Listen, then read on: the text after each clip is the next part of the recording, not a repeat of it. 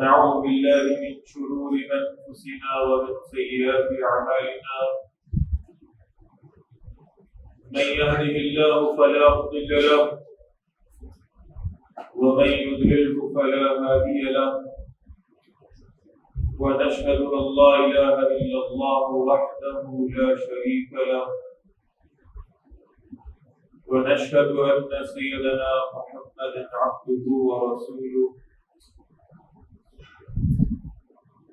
فإن خير الحديث كتاب الله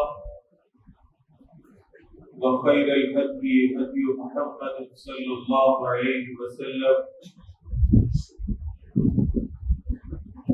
وشر الأمور محدثاتها وكل محدثة بدعة وكل بدعة ضلالة وكل ضلالة في النار أو كما قال صلى الله عليه وسلم. أما بعد فقد قال الله تبارك وتعالى: أعوذ بالله من الشيطان الرجيم بسم الله الرحمن الرحيم. النبي أولى بالمؤمنين من أنفسهم وأزواجه أمهاتهم وأولو الأرحام بعضهم أولى ببعض في كتاب الله من المؤمنين والمهاجرين إلا أن تفعلوا إلى أوليائكم معروفا كان ذلك في الكتاب مسطورا. صدق الله العظيم. رب اشرح لي صدري ويسر لي امري واحلل عقدة من لساني يفقهوا قولي. اللهم ربنا الهمنا رشدنا واعذنا من شرور انفسنا. اللهم ارنا الحق حقا وارزقنا اتباعه وارنا الباطل باطلا وارزقنا اجتنابه. آمين یا رب العالمین.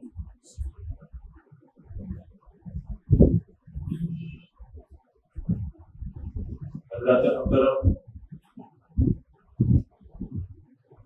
ربیع الاول کا مہینہ ہے اور تاریخ ولادت یا تاریخ وفات کی بحث میں جائے بغیر یہ بات تو طے شدہ ہے کہ ماہ ربیع الاول کو رسول اللہ صلی اللہ علیہ وسلم سے خصوصی نسبت حاصل ہے. نبی اکرم صلی اللہ علیہ وسلم کی تعریف و توصیف اور آپ کے خصائص و کمالات کا جو بیان ہے یہ عمومی طور پر تو پورے سال جاری رہتا ہے، بلکہ میرا ماننا یہ ہے کہ کائنات میں کوئی ایک لمحہ بھی ایسا نہیں گزرتا جس لمحے میں نبی اکرم صلی اللہ علیہ وسلم کا ذکر خیر نہ ہوگا.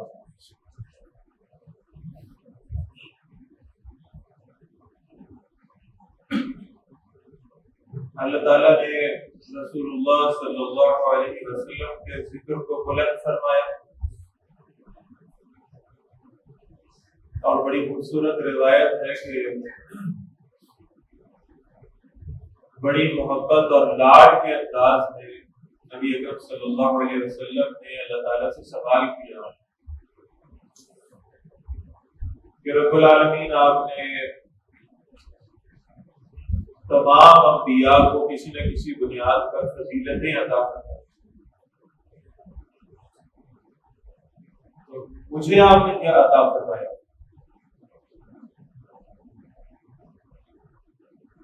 تو اس پر پھر یہ آیت مبارکہ نازل ہوئی ہے وَرَفَعْنَا لَكَ ذِكْرَكَ. نبی صلی اللہ علیہ وسلم نے آپ کے ذکر کو بلند کر دیا.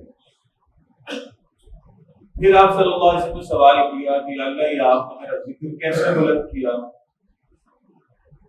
تو جواب ملا کہ اب جو اللہ کا کلمہ پڑھے گا، اللہ کی توحید کا اقرار کرے گا، وہ ساتھ ہی نبی اکرم صلی اللہ علیہ وسلم کی رسالت کا بھی اقرار کرے گا، اور جب آپ صلی اللہ علیہ وسلم کا نام نامی اس کی زبان پر آئے گا تو وہ فوراً آپ صلی اللہ علیہ وسلم پر درود بھی بھیجے گا،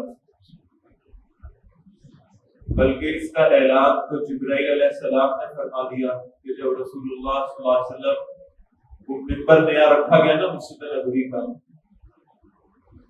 آپ صلی اللہ علیہ وسلم منبر پر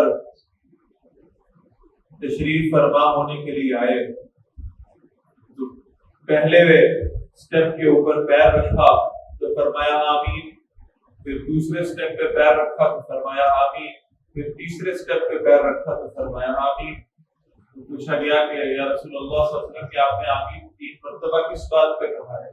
آپ صلی اللہ علیہ وسلم نے فرمایا جبرائیل علیہ السلام آئے تھے، اور ظاہر ہے یہ بڑا مبارک موقع ہوگا کہ جب رسول اللہ صلی اللہ علیہ وسلم منبر پہ جلوہ افروز ہونے لگے تو جبرائیل کو بھی یاد آیا کہ دعائیں مانگیں۔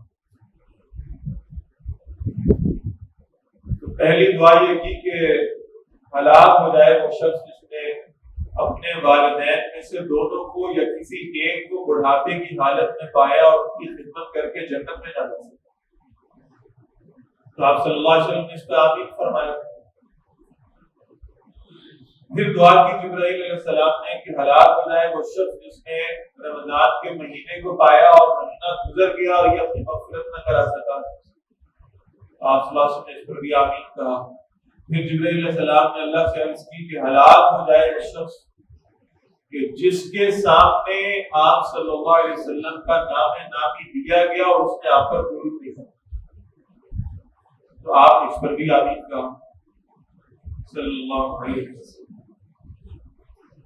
تو یہ تعریف و توصیف کا سلسلہ تو عمومی طور پہ پورا سال چلتا ہے، اور پھر اس میں ایک خاص کیفیت آ جاتی ہے ربیع الاول کے مہینے میں نبی اکرم صلی اللہ علیہ وسلم کی نعت پڑھنا، آپ کی تعریف بیان کرنا، آپ کے محاسن و کمالات کا ذکر خیر کرنا، آپ پر درود پڑھنا اور آپ صلی اللہ علیہ وسلم کی سیرت کو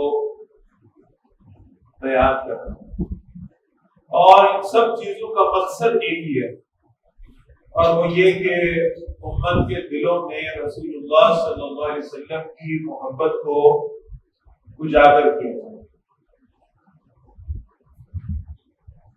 اور یہ جو میں نے سورہ احزاب کی آیت نمبر 6 کی تلاوت ابھی شروع کی ہے، اس میں بھی اسی طرف اشارہ ہے۔ اللہ تعالیٰ فرما رہے ہیں اعوذ باللہ من الشیطان الرجیم النبی اولی بالمؤمنین من انفسهم وازواجہ امہاتہم۔ نبی اکرم صلی اللہ علیہ وسلم اہل ایمان کے لیے ان کی جانوں سے بھی زیادہ مقدم ہے، اور نبی اکرم صلی اللہ علیہ وسلم کی جو ازواج ہیں یہ اہل ایمان کی مائیں ہیں۔ تو ایک مومن کو اپنی جان سے زیادہ محبت ہونی چاہیے رسول اللہ صلی اللہ علیہ وسلم،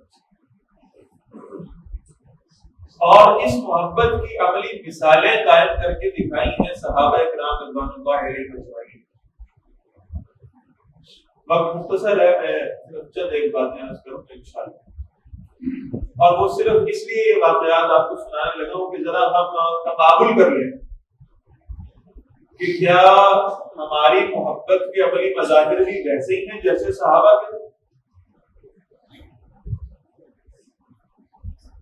نبی اکرم صلی اللہ علیہ وسلم نحو سفر ہیں ہجرت کی جانب، اور راستے میں آپ صلی اللہ علیہ وسلم کے ساتھ سیدنا ابوبکر رضی اللہ تعالیٰ عنہ۔ حضرت ابوبکر رضی اللہ تعالیٰ عنہ کبھی آپ صلی اللہ علیہ وسلم کی سواری کے دائیں آ جاتے ہیں، کبھی بائیں آ جاتے ہیں، کبھی اگلی جانب اور کبھی پچھلی جانب۔ آپ صلی اللہ علیہ وسلم پوچھتے ہیں ایسا کیوں؟ تو عرض کرتے ہیں یا رسول اللہ صلی اللہ علیہ وسلم جب مجھے محسوس ہوتا ہے کہ کوئی آپ پر دائیں سے حملہ کرے گا تو میں آپ کے دائیں جانب آ جاتا ہوں، جب لگتا ہے کہ کوئی آگے سے نہ آ رہا ہو تو میں آپ کے آگے آ جاتا ہوں، جب محسوس ہوتا ہے کہ کوئی پیچھا کر رہا ہے تو میں آپ کی پچھلی جانب باقی کھڑا ہو جاتا ہوں، اور اس لیے کہ آپ کی طرف آنے والا تیر اور آپ کی طرف اٹھنے والی تلوار جب تک میرے جسم کو چھلنی نہ کر لے تب تک آپ تک پہنچنے نہ پہنچے۔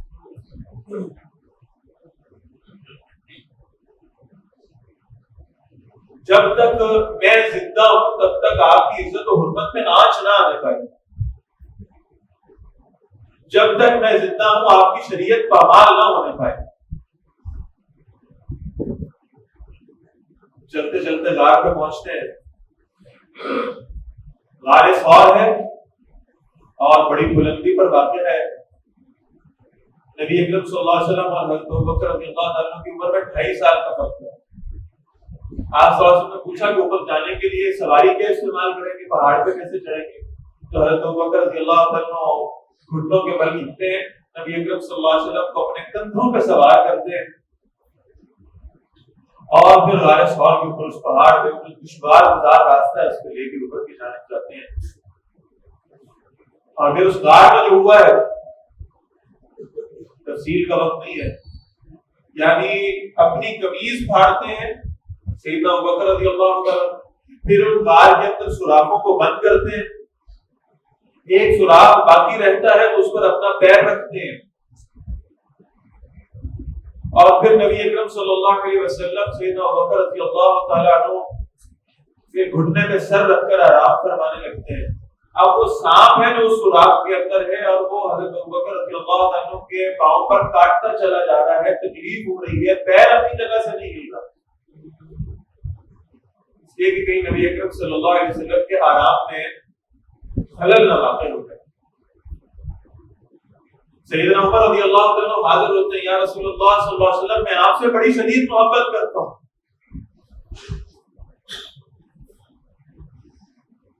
تو آپ صلی اللہ علیہ وسلم پوچھتے ہیں کہ اپنے والدین سے بھی زیادہ؟ جی اپنے والدین سے بھی زیادہ۔ اپنی اولاد سے بھی زیادہ؟ جی اپنی اولاد سے بھی زیادہ۔ اپنی جان سے بھی زیادہ؟ یا رسول اللہ صلی اللہ علیہ وسلم عمر اپنی جان سے بھی زیادہ آپ سے محبت کرتا ہے۔ آپ صلی اللہ علیہ وسلم فرماتے ہیں اچھا اب تمہارا ایمان مکمل ہو۔ ایمان کی کاملیت کی شرط ہے رسول اللہ صلی اللہ علیہ وسلم سے سب سے زیادہ محبت ہو، حتیٰ کہ اپنی جان سے بھی زیادہ۔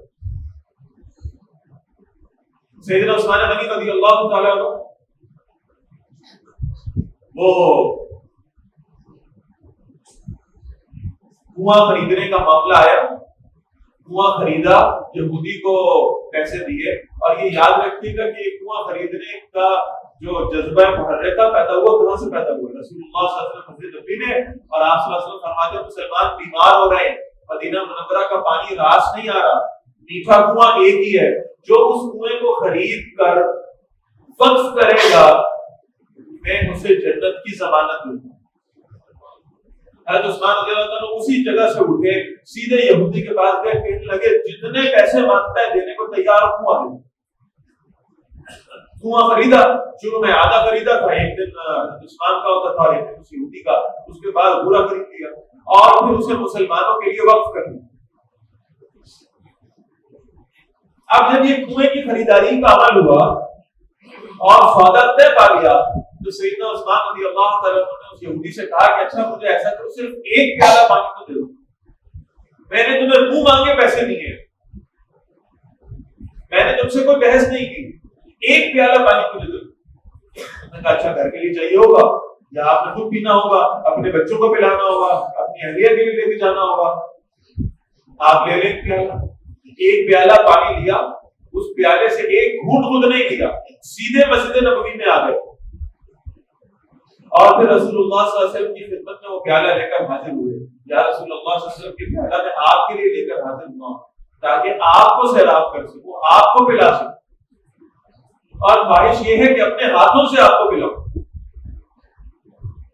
آپ صلی اللہ علیہ وسلم نے اجازت پر حمد فرمائی، حضرت عثمان رضی اللہ تعالیٰ عنہ نے اپنے ہاتھوں سے وہ پانی رسول اللہ صلی اللہ علیہ وسلم کو پلایا، اور پھر روایت میں آتا ہے کہ اس پیالے کو ہر طرف سے چومنے لگے، کسی نے کہا پیالے میں تو پانی نہیں ہے، پیاس کیسے بجھے گی؟ کہا پیاس پانی سے نہیں بجھتی، پیاس بجھے گی جب میرے ہونٹ اس مقام سے ٹکرا جائیں جہاں رسول اللہ صلی اللہ علیہ وسلم کے ہونٹ ہوتے ہیں۔ نبی اکرم صلی اللہ علیہ وسلم نے فرمایا لوگوں جب حوض کوثر کا معاملہ ہوگا، میرے دائیں جانب ابو بکر ہوں گے، بائیں جانب عمر ہوں گے رضی اللہ تعالی عنہما۔ جو لوگ دائیں جانب سے آتے ہوں گے ابو بکر پہ لاتے ہوں گے، جو بائیں جانب سے آتے ہوں گے عمر پہ لاتے ہوں گے، پھر عثمان آئیں گے اور میں کہوں گا انہوں نے خود مجھے پلایا تھا، آج حوض کوثر سے میں خود ہی پلاؤں۔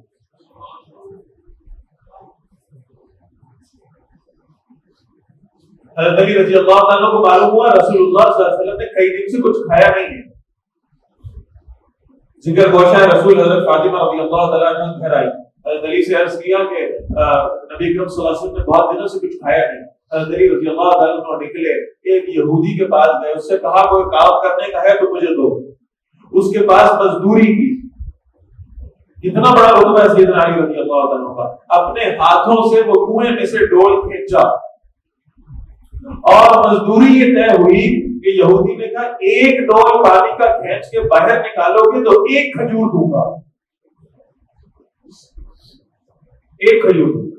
بڑی محنت سے وہ ڈول کھینچتے رہے، جب کافی سارے ڈول کھینچ لیے تو یہودی نے کہا کہ تم نے اتنے سستے میں میرے پاس کام کیا، اتنی محنت والا کام، ایک کھجور تو بدل، تو چلو ایسا کرو کہ جو کھجور تمہیں پسند ہے، جو نسل کھجور کی پسند ہے وہ لے لو۔ علی رضی اللہ تعالیٰ کہنے لگے میرے نبی کو سب سے زیادہ عجبہ کھجور پسند، عجبہ کھجوریں لی، رسول اللہ صلی اللہ علیہ وسلم کی خدمت میں لے کر حاضر ہوئے کہ یا رسول اللہ صلی اللہ علیہ وسلم آپ کے لیے لے کر آئے، وہ معلوم ہوا تھا آپ نے کچھ کھایا نہیں۔ تو اللہ کے رسول صلی اللہ علیہ وسلم نے فرمایا کہ علی کا تم نے یہ عمل اللہ اور اللہ کے نبی کی محبت میں کیا ہے؟ عرض کیا جی یا رسول اللہ صلی اللہ علیہ وسلم، میں نے اللہ اور اللہ کے رسول کی محبت میں یہ عمل کیا ہے۔ تو آپ صلی اللہ علیہ وسلم نے فرمایا کہ پھر تیار ہو جاؤ، اس لیے کہ جو مجھ سے محبت کرے گا اور شدید محبت کرے گا، دنیا کی مشکلیں اس کی جانب آئیں گی اور پھر اسے آزمایا جائے گا، پھر اللہ تعالیٰ اس کو دیکھیں گے کہ کیا اس کی محبت سچی بھی ہے کہ نہیں ہے۔ یہ صحابہ کی محبتیں تھی رسول اللہ صلی اللہ علیہ وسلم سے۔ زید بن حسنہ کو پکڑا گیا، یہ صحابی ہے، ان کو پکڑ کر مکہ والوں نے اذیتیں دی۔ ابو سفیان رضی اللہ تعالیٰ اس وقت ایمان نہیں لائے تھے، زید سے کہنے لگے کہ ایک مرتبہ یہ کہہ دو کہ میری جگہ رسول اللہ ہوتے صلی اللہ علیہ وسلم اور میں اپنے اہل و عیال میں ہوتا۔ زید کہنے لگے کہ مجھے تو یہ بات بھی پسند نہیں کہ میں اپنے اہل و عیال کے ساتھ خوش و خرم ہوں اور مدینہ منورہ کی کسی گلی میں چلتے ہوئے رسول اللہ صلی اللہ علیہ وسلم کے پیروں میں کوئی کانٹا بھی چبھے، مجھے یہ بھی منظور ہے۔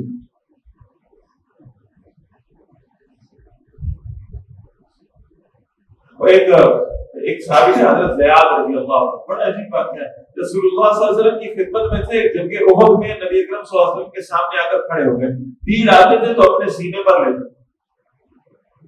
خون بہ گیا، کمزوری اور نقاہت ہو گئی، جان نکلنے والی تھی۔ رسول اللہ صلی اللہ علیہ وسلم نے صحابہ سے کہا زیاد کو میرے قریب لے کر آؤ۔ جب اجازت ملی تو حضرت زیاد رضی اللہ عنہ نے اپنا سر رسول اللہ صلی اللہ علیہ وسلم کے قدموں پر رکھ دیا اور وہیں پر جان لیا اور اللہ کی سنت۔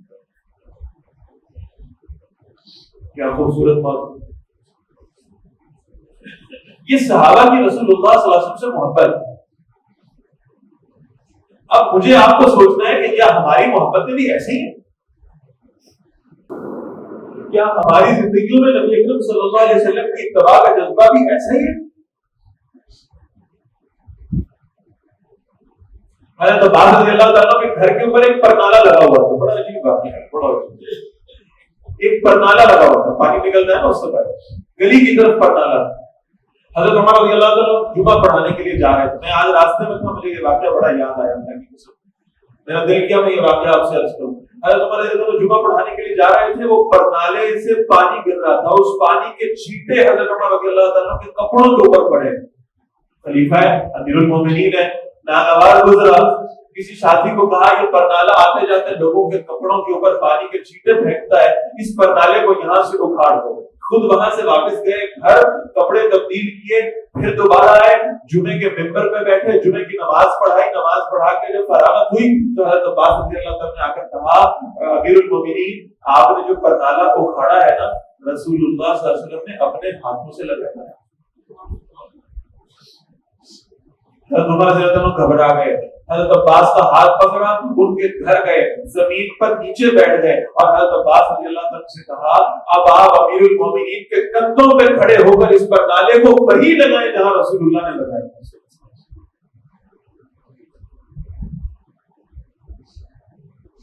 یہ ہے اتباع کا طریقہ. حجر اسود کو چومتے ہوئے کہہ رہے ہیں مجھے پتا ہے تو پتھر ہے, فائدہ نقصان نہیں کہتا, لیکن اس لیے چوم رہا ہوں کیونکہ میں نے اپنے نبی کو یہ کرنا ہے. اب ہمیں سوچنا ہے کہ کیا ہماری محبتیں بھی ایسی ہیں؟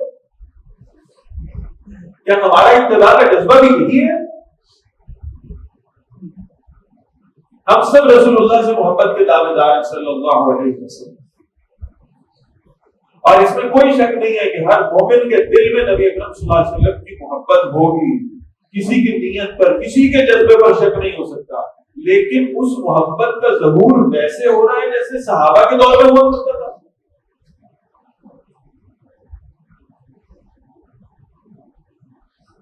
میں آج ایک عجیب بات کرنے لگا ہوں, برا نہ منائیے گا میری بات کا. آپ آج چلے جائیں لاہور کی بادشاہی مسجد میں, آپ چلے جائیں ترکی کے توپ کافی میوزیم کے اندر, اور دنیا میں کئی جگہ ہیں. آج اگر یعنی معلوم ہو کہ یہاں قریب کسی شخص کے پاس رسول اللہ صلی اللہ علیہ وسلم کا منہ مبارک ہے اور اس کی زیارت کا موقع ملا ہے, تو کیا میرا آپ کا دل نہیں ہوگا کہ ہم سب سے پہلے پہنچے اور رسول اللہ صلی اللہ علیہ وسلم کے منہ مبارک کی زیارت کر لیں؟ ہم زیارت کریں گے, اسے جھومیں گے, آنکھوں سے لگائیں گے اور گھر واپس آ جائیں گے. زیادہ سے زیادہ ایک سیلفی کھینچ لیں گے اور اس کو وہاں انٹرنیٹ پہ لگا دیں گے کہ میں نے آج رسول اللہ صلی اللہ علیہ وسلم کے منہ مبارک کی زیارت کی ہے.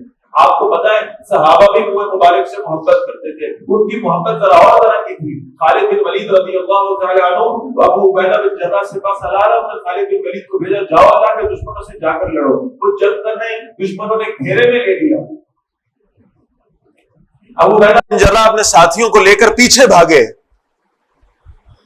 کہ جا کر دیکھیں کیا معاملہ ہوا, اور دیکھا تو ایک گھوڑ سوار جب وہ تیزی سے ابو عبیدہ بن جراح رضی اللہ تعالیٰ کو بھی کراس کر کے نکل گیا. انہوں نے روکا, کہا میں سپہ سالار ہوں, تمہیں کہتا ہوں یہی رک جاؤ. وہ نقاب پوش گھوڑ سوار رک گیا. ابو عبیدہ رضی اللہ تعالیٰ نے پوچھا تو کون ہے؟ اس نے کہا میں خالد بن ولید کی بیوی ہوں. خالد بن ولید کو دشمنوں نے گھیر لیا, اور اس لیے گھیرا کہ آج اپنا امامہ گھر بھول گئے تھے, میں تو صرف امامہ دینے جا رہی ہوں. بیوی نے جا کر امامہ دیا, خالد نے امامہ سر پہ رکھا, 20,000 کے لشکر کو شکست دے دی. جب واپس آیا ابو عبیدہ نے کہا امامے میں ایسی کیا بات ہے؟ کہا رسول اللہ صلی اللہ علیہ وسلم نے ایک مرتبہ اپنے بال کاٹے تھے, ان بالوں میں سے ایک بال میری قسمت میں آ گیا تھا, میں جب بھی جہاد پر جاتا ہوں اس بال کو اپنے امامے میں سی کر جاتا ہوں. معاملہ صرف چومنے چاٹنے تک نہیں تھا, معاملہ تو اس سے کہیں آگے بڑھ کے تھا. وہاں تو جہاد بھی ہو رہا ہے تو رسول اللہ صلی اللہ علیہ وسلم سے محبت میں ہو رہا ہے. آپ آج میوزیمز میں چلے جائیں, کتنا شوق ہے ہمارا کہ رسول اللہ صلی اللہ علیہ وسلم کی تلوار کی زیارت کریں. بہت اچھی بات ہے, میرا بھی دل کرتا ہے, آپ کا بھی دل کرتا ہے نبی اکرم صلی اللہ علیہ وسلم کی تلواروں کی زیارت کریں, جن پر آپ کے دستے مبارک لگے تھے, جو آپ صلی اللہ علیہ وسلم کے ساتھ رہی تھی, جو آپ کے جبے کے ساتھ جن کی نسبت رہی تھی. ہم اس تلوار کی زیارت کریں. یہ صرف زیارت تک رہے گی یا صحابہ نے صرف زیارت کی؟ بلکہ زیارت کے ساتھ ساتھ جیسے رسول اللہ نے تلوار اٹھائی اللہ کے دین کے لیے, صحابہ نے بھی ویسے ہی تلوار اٹھائی. اگر نالین پاک سے محبت ہے, رسول اللہ صلی اللہ علیہ وسلم کے جوتے مبارک سے محبت ہے, تو یہ محبت بالکل ہونی چاہیے. لیکن کیا اس مشن سے محبت نہیں ہے جس مشن میں رسول اللہ صلی اللہ علیہ وسلم کے نالین مبارک کے اندر خون بھر گیا تھا؟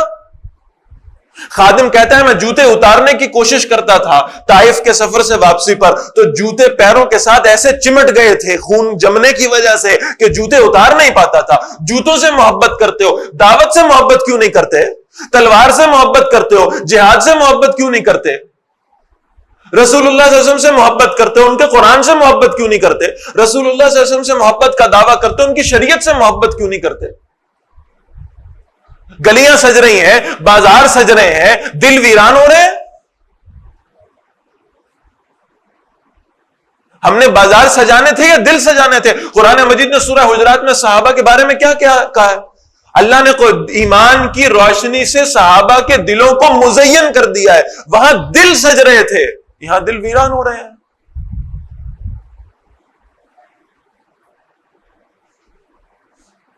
یہ لمحہ فکریہ میرے آپ کے لیے. کیا کیا ہم نے رسول اللہ صلی اللہ علیہ وسلم کے مشن کے لیے, کیا کیا ہم نے اللہ کے رسول صلی اللہ علیہ وسلم کے قرآن کے لیے, کیا ہم نے اس قرآن مجید کے ساتھ اپنی زندگیوں کو تبدیل کرنے کی بھی کوئی کوشش کی ہے؟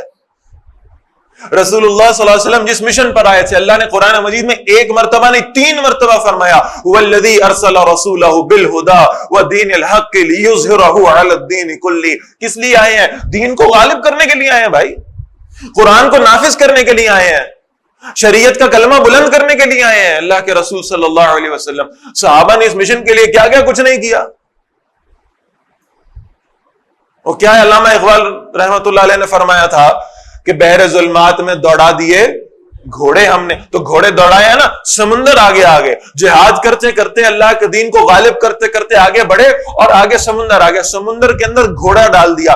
جب تک سمندر کی لہروں میں گھوڑے نے آگے جانے سے انکار نہیں کیا, اتنی گہرائی ہوگی کہ اب گھوڑا نہیں آگے بڑھتا, تو ہاتھ اٹھایا, کہا یا اللہ تو گواہ ہو جا, رسول اللہ صلی اللہ علیہ وسلم کے مشن کے لیے جہاں تک ہم جا سکتے تھے وہاں تک گئے, اس سے آگے جانے کا موقع ہی نہیں تھا.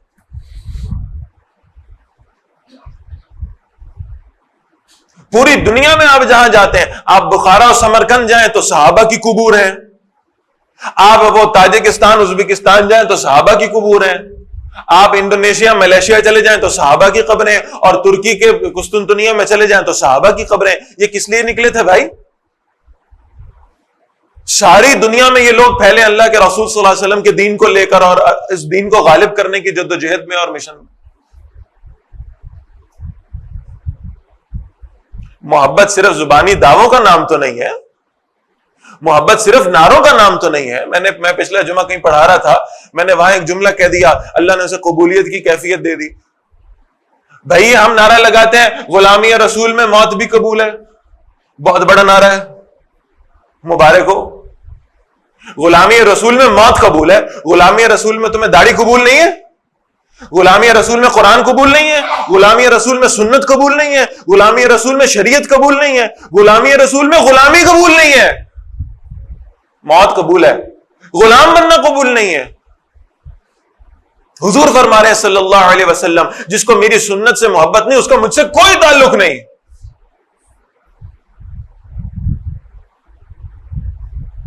اللہ کے رسول صلی اللہ علیہ وسلم کی محبت دلوں میں ضرور ہوگی, ضرور ہوگی, ضرور ہوگی, لیکن اس محبت کو اب باہر نکل کر اعمال میں ظاہر ہونا چاہیے.